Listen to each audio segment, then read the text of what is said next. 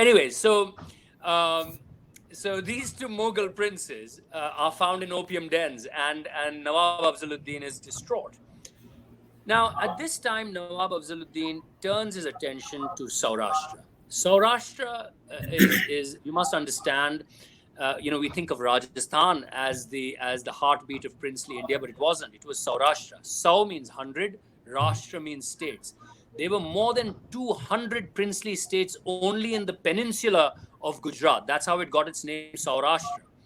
And all of them were dotted with little principalities. Some had, 20 villages, some had 5 villages, some had 2 villages, some had 40 villages. And so he turns his attention to this particular region to pick a male successor. He identifies one small state called Kamadhia. And the ruler of that state is a direct descendant of the Prophet. He's a Sayyid, and he's a Maududi Chishti descendant. And this state was bestowed on Mir Sarfaraz Ali by the penultimate emperor Akbar Shah, the East India Company, and the Jam of Navanagar. They carved out this province called Kamadhia and gave it to him. So here is a small query. So from where originally Sarfaraz came in means he was one of the fortune soldier in the Mughal court. He has a noble legacy. But originally, where was the settlement in North India? The original settlement in North India is in Sahaswan. Oh, that's correct. So Khalid Bhai was very truly corrected. Okay. That's right. In Badayun, Sahaswan. And they were noble. They were the name Mir was a title bestowed by the emperors for Sayyids, who were descendants of the Prophet. The title of Mir was bestowed by Farrukh Siyar on sorry, my apologies, not Farrukh Siyar, by Farrukh Siyar on Mir Roshan Ali, who was Mir Sarfaraz Ali's great-grandfather. Great-grandfather, Mir Roshan Ali. So he was in Sahaswan. Okay, so in this way, the journey from Sahaswan, a small town. By the way, I wrote a detailed monumental story on Badayun. Sometime I will share with you. It is with Akshay's channel, Live History India. So all the remnants of Sultanate era to the modern days. So Badayun is really a place. Badayun is really a place to visit for both of you. Really, you will find it an amazing place. So I'd love to visit. I have, in fact, feel very drawn in now. Both of you, if it would not lock down, I would be in India, then both of us can go for expedition to Badayun. So by the way, so how Sarfaraz, a soldier of fortunes, came in, and this is an interesting romantic accounts given by Moin in his book, that he come in Kathiawar, and this area was ruled by sturdy tribes, and he has a struggle, but with a force of, I think, 100 or 200 soldiers. 200 soldiers. 200 soldiers on the back with a firman from a Mughal court, getting approval from East India Company and getting a friendly relations from East India Company. While Surat was in its downfall from the administrative point of view, a new small principality was emerging.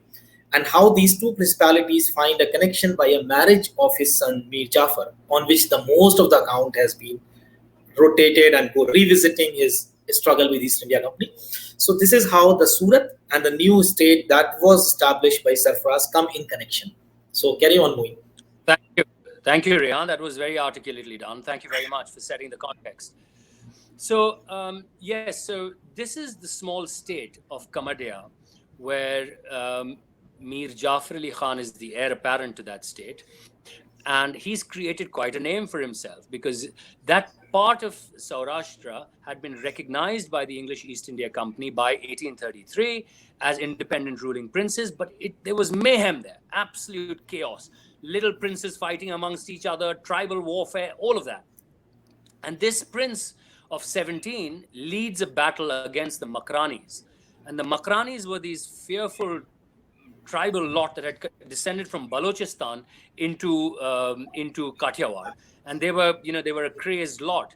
So he fights these Makranis along with his father, and he creates a name for himself in a rather small way, a bit like Tipu, in this small area of Kathiawar. Mir Afzaluddin Khan picks this young boy, the Prince of Kamadhia, as his adopted son. Now, there are a lot of people who say that in Islam, adoption is not allowed. But in the ruling families, particularly under the auspices of the East India Company, much later, adoption was allowed. So, for example, the Nawabs of Radhanpur adopted much later when the East India Company gave sanction for adoption. But by the time but in the time of 1833, the East India Company did not permit adoption. Nevertheless, Nawab Mir Afzaluddin Khan officially adopts Mir Jafar Ali Khan, who is the Prince of Kamadhia, as his son.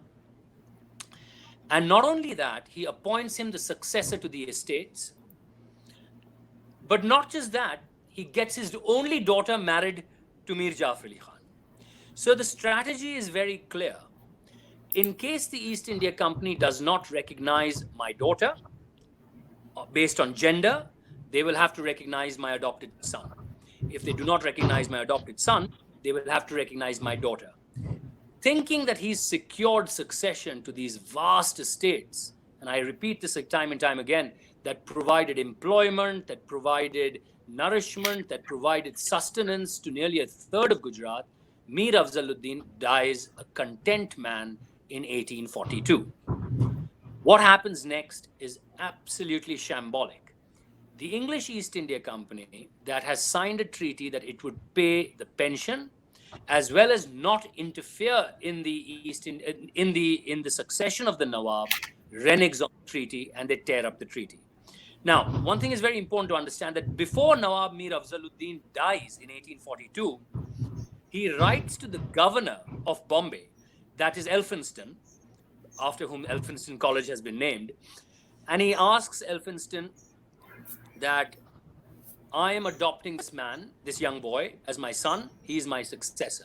And Elphinstone writes back to Nawab Mir Afzaluddin Khan saying, absolutely, please go ahead. You are the sole authority on your estates.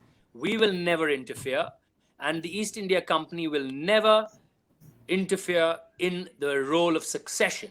So please go ahead and do what you have to do. Keeping this letter close to him, Afzaluddin dies in 1842. And he is succeeded by his son, adopted son, and his daughter. But the East India Company carry on with their pernicious ways. They tear up the treaty and they stop the pension. And not just that, they send in the troops into every palace, into every estate, into every garden, and seal them. Now, Mir Jafar Ali Khan, who is the prince now of Surat, had a vision. He wanted to convert a large number of those gardens into public gardens. He wanted to make them, a bit like Regent's Park and Hyde Park in London. He wanted to make them public gardens for the people of Surat. But with the confiscation of these estates, you had massive unemployment in the estates. You had people who were just thrown out of their jobs. Large number of stable boys were thrown out. A large number of weavers and potters, fell on hard times. His own wife, who was supposed to become the successor, and he himself are now confined to the servant quarters in the palace, while the palaces are sealed. Not just that, the agent who is operating in Surat, one fellow called Robert Arbuthnot, who has no jurisdiction on the estates of Surat, passes a law that every estate is now going to be, as they say in Urdu, nilam kar denge. We will put it up for public auction. And public auction basically means the public can buy the estates and fill the coffers of the company, because the company take charge of the estates. So you really see the pernicious and the treachery of the East India Company in the way they were going about things. Anything, as William Dalrymple says in his book, to enrich themselves. They were there for self-enrichment. Whereas Mir Jafar Ali Khan has a completely different vision for Surat. He wants to convert some of the gardens into parks. He wants to provide employment. He wants to look after the heritage buildings. And all of a sudden, he's faced with this astonishing and incredibly terrible situation where he's confined to servant quarters. Now, as luck would have it, he and his young wife are again not blessed with a son. They're only blessed with two daughters. So it's looking it's a terrible situation, because by now the East India Company is looking at passing the dreaded doctrine of lapse. And before it gets passed in 1856, the East India Company laboratory experimented and laboratory tested in Surat. Not very many people know that the doctrine of lapse was first laboratory tested in Surat in 1842 rather than in 1856. And so they disinherit the family from their estates.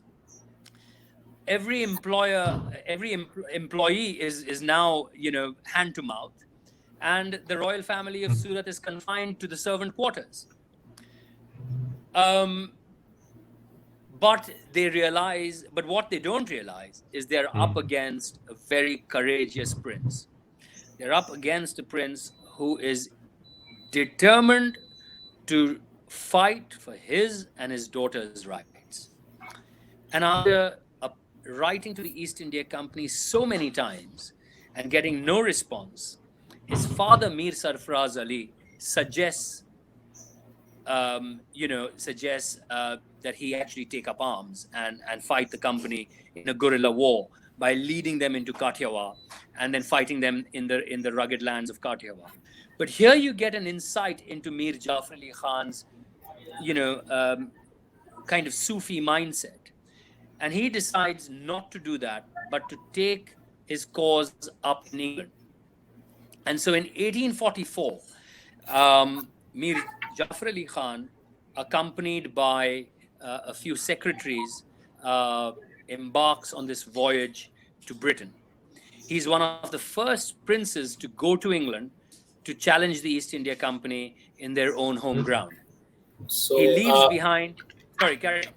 Yeah, Moin. Just I want to hear, just connected with the accounts of Lutfullah. Actually, Lutfullah and Scott, two guys who were accompanied Mir Jafar.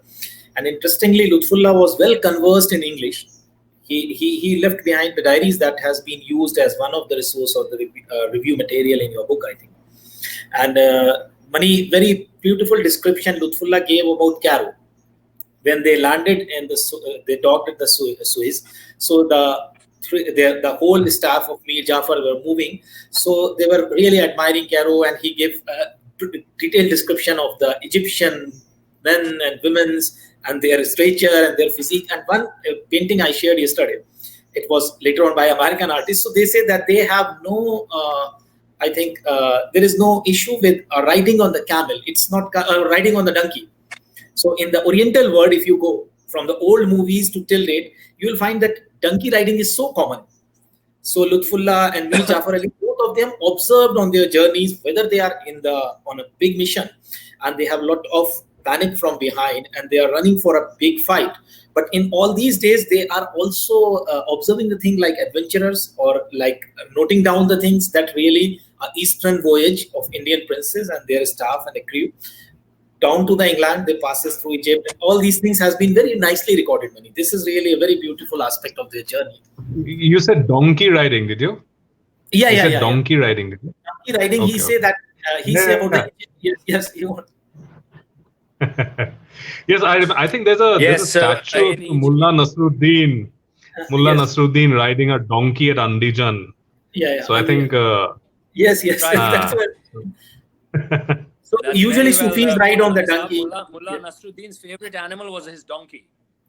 And usually in the Oriental world or the Middle Eastern world, you will find this is coming one of the favorite rides. Usually Sufis and the humble people used to this carriage instead of the big Arab horses. It's actually quite fascinating to know how this whole tradition got corrupted when it came to India. Because in India, I think putting somebody on the back of a donkey is probably the biggest insult you could heap on that person. Yes. This is a sort of punishment. So this is how they landed in. I don't know how the whole thing transformed. Yeah. So I think that. And in Egypt, it was considered. And in Egypt, it was considered totally fine to ride a donkey. It was perfectly all right. Even aristocrats ride donkeys. Actually, I was searching for some good visual paint before this talk, that can depict Mir Sarfraz Ali, but I didn't found any sources because some of them were shared by other people. So I don't want the other work, either it is open source or cited work. So what at the end I found, the Lutfullah's account with this water carriage having a donkey and a small boy on that. Because then I saw in the book you have produced many paintings, but I think this was owned by the family and not with any museum or any open sources in British Library or any other place where we can cite it. Right. Yes, Moin. Yes, Moin. So Lutfullah was quite a character. He loved English women. He had a penchant for all kinds of European liquor. He wanted to enjoy, and so for him it was a bit of a joyride, going on this trip to England in 1844. So when he breaks journey in Cairo, he can't help himself. He's an incredibly curious mind, rightfully so. Anyways, they, as Rehan put it, they break journey in the Suez, and then they make it to Britain. They make it to London, and as soon as Mir Jafar Ali Khan gets to London, there's an enormous amount of interest in him as this Indian prince who's landed up in England. And the Times of Britain, the Times, the Illustrated Times, all of them start devoting extraordinary amount of columns for him about the robes that he wears, the swarthy skin that he has, the Persian and Urdu that he speaks, and he's quite an exotic figure there. Nevertheless, the overarching and the looming focus is always the case, which is to get back the estates for the family. Luckily for Mir Jafar Ali Khan, he is able to break into the aristocracy in Britain, and one particular gentleman who comes to help him is someone called Robert Pulsford, who's a member of Parliament.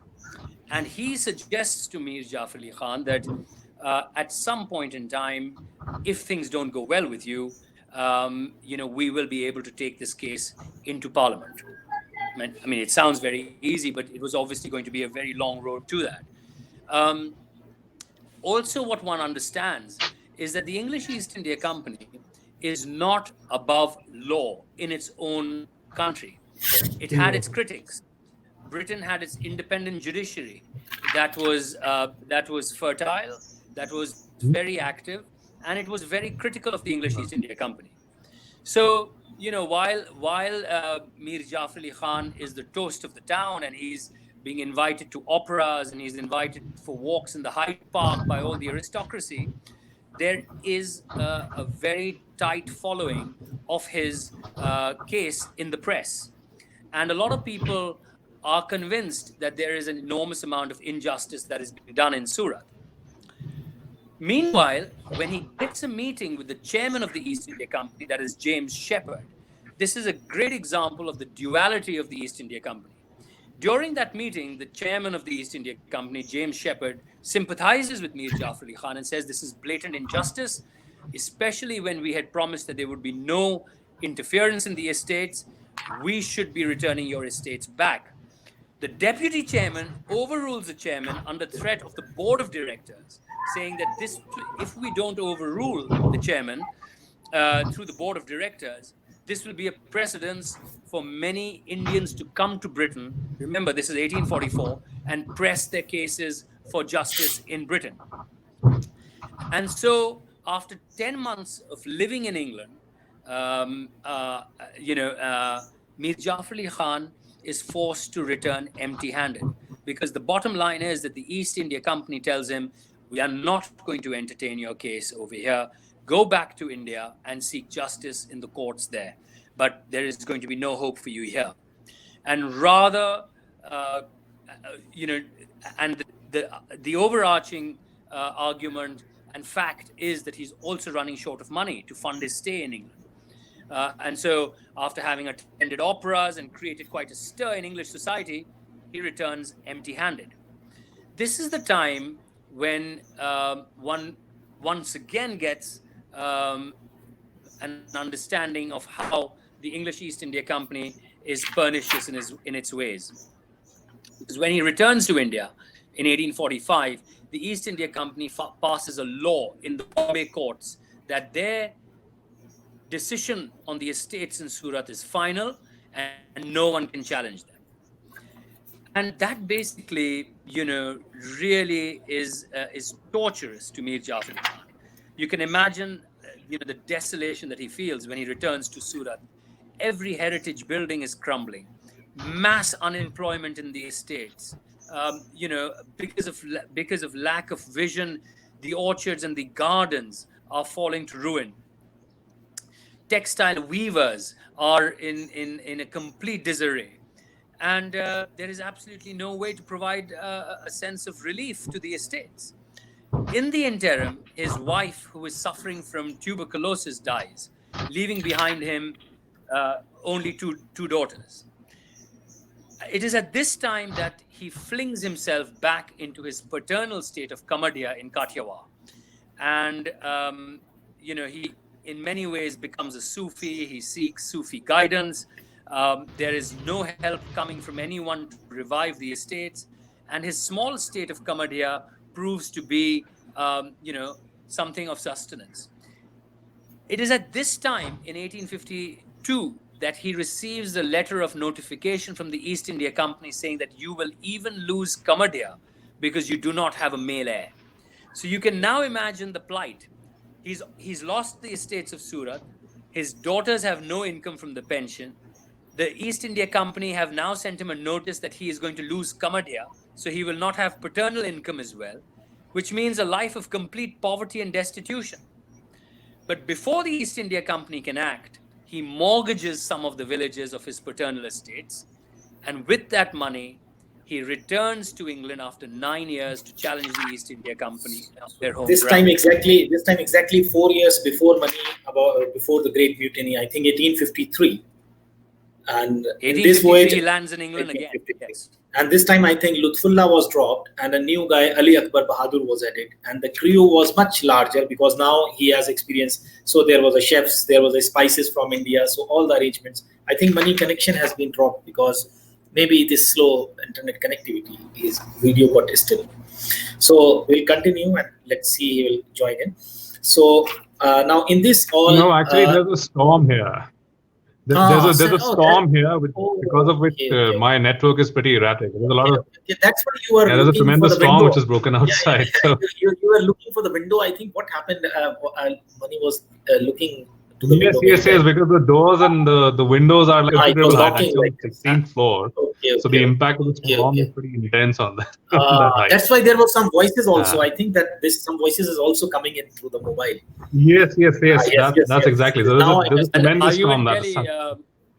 Are you in Delhi? Yes, I am.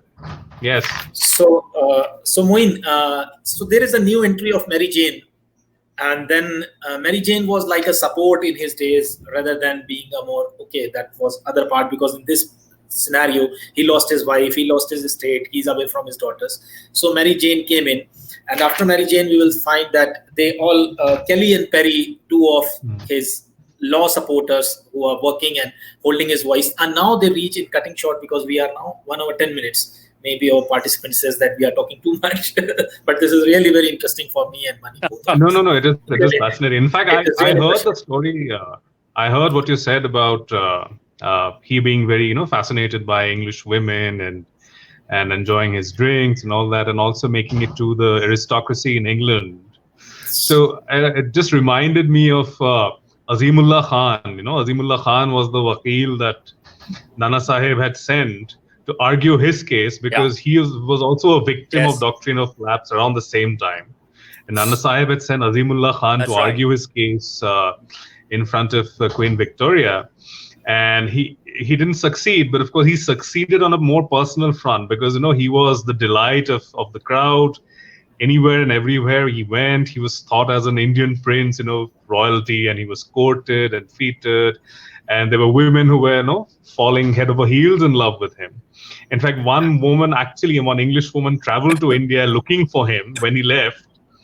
That he had not kept his promise to me, so she came looking for him, and that created quite a scandal in the East India Company, because they didn't like an English woman coming down to India Yeah. looking for not even a prince, but the secretary of a prince. So they thought that was kind of a cultural Yes. affront to them. So that was fascinating because all of this was happening around the same time, Very true. the time that you So, talk about. so in the same time, Mani, when Mir Jafar was fighting and his fight now reached to the House of Commons, there was a voting, and absolutely Moin will share in crisp that how he got an overwhelming majority. In the same time, you find that princes from Satara, one of the princely state, and then Malika Kishwar, who was then later on buried in France on her way. They were Yeah. all in England, and Mir Jafar becoming a young prince, like inspiration for these guys or these families to fight for their cases. So incidentally, Moin will confirm there were the three princely states, one from Satara, one from Awadh, Malika Kishwar, and one from Sindh. I'm not aware about a Sindh. Moin will give the more enlightening who were exactly from Sindh. So these three princely states also reached England at the same time, and Mir Jafar invited them at their home. And his rented apartment becoming a place where a lot of Indians, Europeans, Britishers used to came, and his chefs prepare the Hindustani meals. There were two musicians or drummers also with him. So there is a lot of, I think, adventures also with the side of the case. So this is really interesting accounts. Yes, Moin. Yeah, it was the second visit to Britain. I'm going to try and concise it because I'm aware that we are running out of time. But the second visit to Britain lasts about 4 to 5 years. He is able to get the support of Queen Victoria, and Queen Victoria puts him in touch with her own Solicitor General, Sir Richard Bethell. And Sir Richard Bethell is also a member of Parliament, takes the case into the House of Commons after a long struggle because the bill had to be vetted by the Special Judicial Committee. It wasn't really easy. I'm just cutting all the long story short. It gets into the House of Commons. It's very important to understand, dear viewers, that the East India Company was so powerful that it had its own members of Parliament. So you had a vast range of members of Parliament sitting in the House of Commons who were stakeholders in the English East India Company. For example, Sir Robert Vernon Smith, President of the East India Company, member from Northampton, member of Parliament from Northampton. Sir James Weir Hogg, Director in the East India Company, member of Parliament.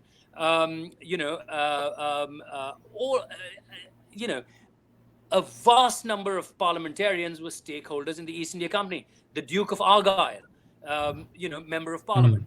So the firefight, the real intense battle that takes place is in the House of Commons. It's the first time that an Indian would be introducing a bill in the House of Commons. That bill was called the Nawab of Surat Treaty Bill 1856. Never before had a bill been introduced in the Houses of Parliament at the height of empire, just before the mutiny, in favor of an Indian. But that bill had to pass 3 times. And once again, cutting the long story short, I've written about it in a dramatic form in my book. So, I hope that you would buy the book and read it. 3 times, the bill is rejected in terms of going to vote. Even the Speaker doesn't let the bill go to vote because the acrimony is so intense towards the East India Company that they would lose face in their own country. And, some very big names would fall. Finally, on the 28th of June, if I'm correct, 1856, after 3 readings, the bill is tabled for a vote in the House of Commons. Once again, folks, this is the first time an Indian's bill is tabled in the House of Commons. This was a history in making, yes. And, it's a history in making.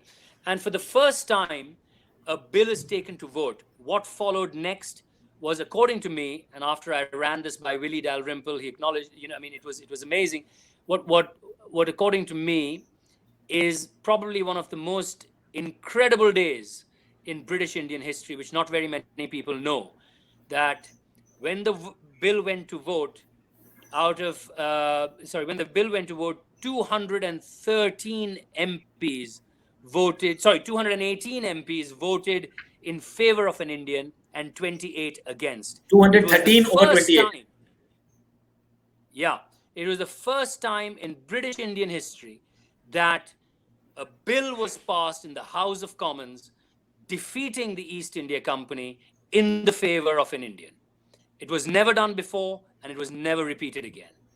After this bill was passed, the pension was restored to the family, and after a special request to the Privy Council, the sequestration of the estates was lifted, and the estates came back to Mir Jafar Ali Khan as custodian of the family. So that is the story of. Mani, I would like to add here the sentence exactly used by Moin at the end of concluding: the hunters were now hunted. I like this line. I put it here. The hunters were now hunted after the bill was passed with overwhelming majority. So this is how the first time in the history an Indian prince really hunt East India Company by the democratic channels. Meanwhile, with the country back, it was fighting with a great revolt, and we know that every provinces from Rohilkhand, North India, other places, Bengal, Meerut was in a chaos of uprising of what they say mutiny or first war of independence. So it was this time in the house and of if I may, yes, Moin. If I may just add here, what this particular parliamentary defeat meant for the East India Company was backbreaking. Of course, the mutiny in 1857 was destroyed their reputation completely, and the fighters of 1857 are great heroes. But what this did in the parliament in 1856 is that it broke the reputation, and it shattered the reputation of the East India Company on their own home soil. And many a member of parliament hung his head in shame. And that is what the East India Company, faced in its own houses of parliament. So while you had the mutiny happening in India a year after, there was one Indian prince who beat them in the houses of parliament, on their own home turf, basically.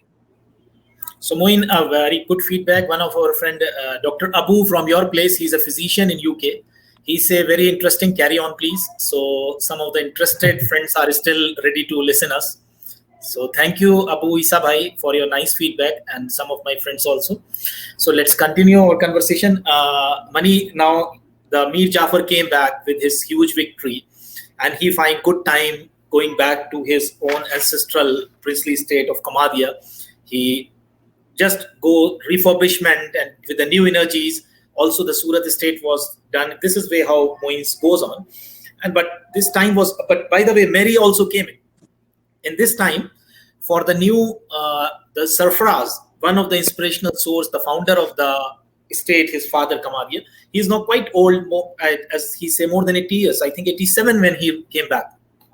Sarfraz was very old, so now he took a retirement, and this is a time for his son Mir Jafar to took over the estate. And Mary also came, and the second marriage was. Meanwhile, one point was missed for the male here. One more experiment was done when he was going for a second voyage to London. So at that time, a cleric from Ahmedabad, I think, a cleric of Ahmedabad, Qazi of Ahmedabad, the daughter was married to him. This was a matrimonial alliance with a lady known as Basti, I think. So now two ladies in a house, one coming from Europe and one coming from Qazi's daughter. So one cottage and one old apartment. So this is how the adjustment was made. And this 9 years was narrated by Moin in a very good manner and very good way.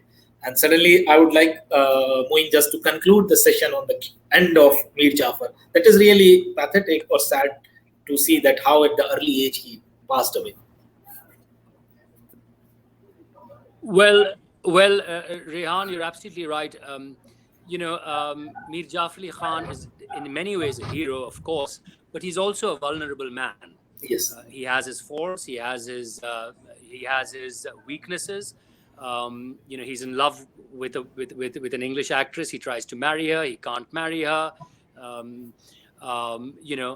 But unfortunately, he meets his end because of poisoning. And at the very young age of 46, he's poisoned by one of the men whom belonged to the Makrani tribe, whom he had defeated in battle. And at the age of 46, he dies in the arms of Mary Jane Flood, bleeding to death. But after having secured her future and the future of his children. Her future he secured by ensuring that after his death, she would be paid, a reasonable amount per month, which she continued to get. Through his second marriage, he has a son who inherits the state of Kamadhia and who goes on to rule it and his descendants ruled it till 1947. His daughter's descendants continued to live in Surat and continue to live there even now. And so in many ways, it's a story, my book is the story of a city. It's the story of how the city was annexed by the East India Company. It's the story of the Prince of Surat. It's the story of this incredible fight in British Parliament. And it's also a tragic love story. And that's the way I'd like to end it for our viewers. And one other important character come in between for quite a while, Hassan Shah. So Hassan Shah was also, from his perspective, will tell about him. That Hassan Shah is also a character we missed in our discussion.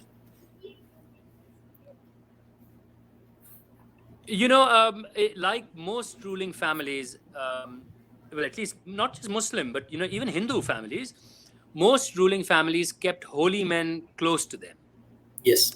Particularly, who were well read, who were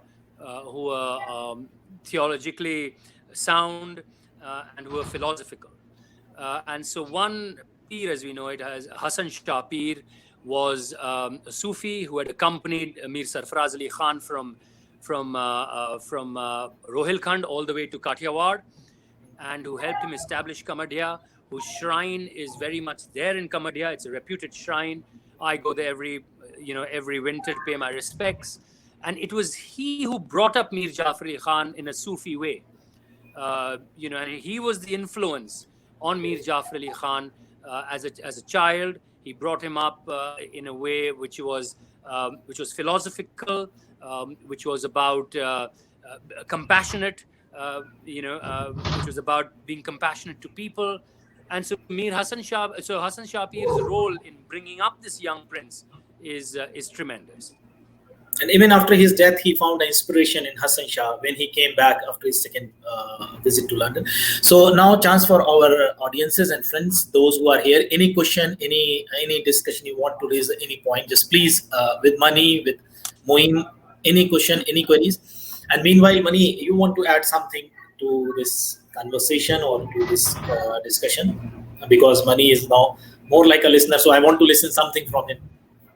No. I love listening to Moin Saab because this is a fascinating story, and I'm a very good listener. So, and I think every good student of history should also be a good listener. That's what I believe in. So I was just trying to soak in more and more, take in more and more as much as possible. So it's a fascinating tale, and with this story, and there were so many other things that were happening around the same time, because I was mentally taking notes as Moin Saab was speaking. So somebody had asked a question about the East India Company and the French and the Nawab. So I think I see one common thread, because three things happen almost around the same time. One, the Portuguese gift Bombay to the British. It's actually to the king, but the king gifts it back to the company, because of that wedding that happens.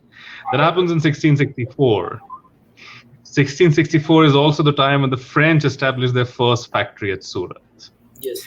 And in the same year, Shivaji leads a plundering raid and sacks Surat. These three things again, they also shape the history of the subcontinent in a significant way, because this, like as Moin Saab mentioned, that the British tried to bring all the business to Bombay and make it a more prominent center as opposed to Surat. So that happened only after this marriage happened and they got the island, right?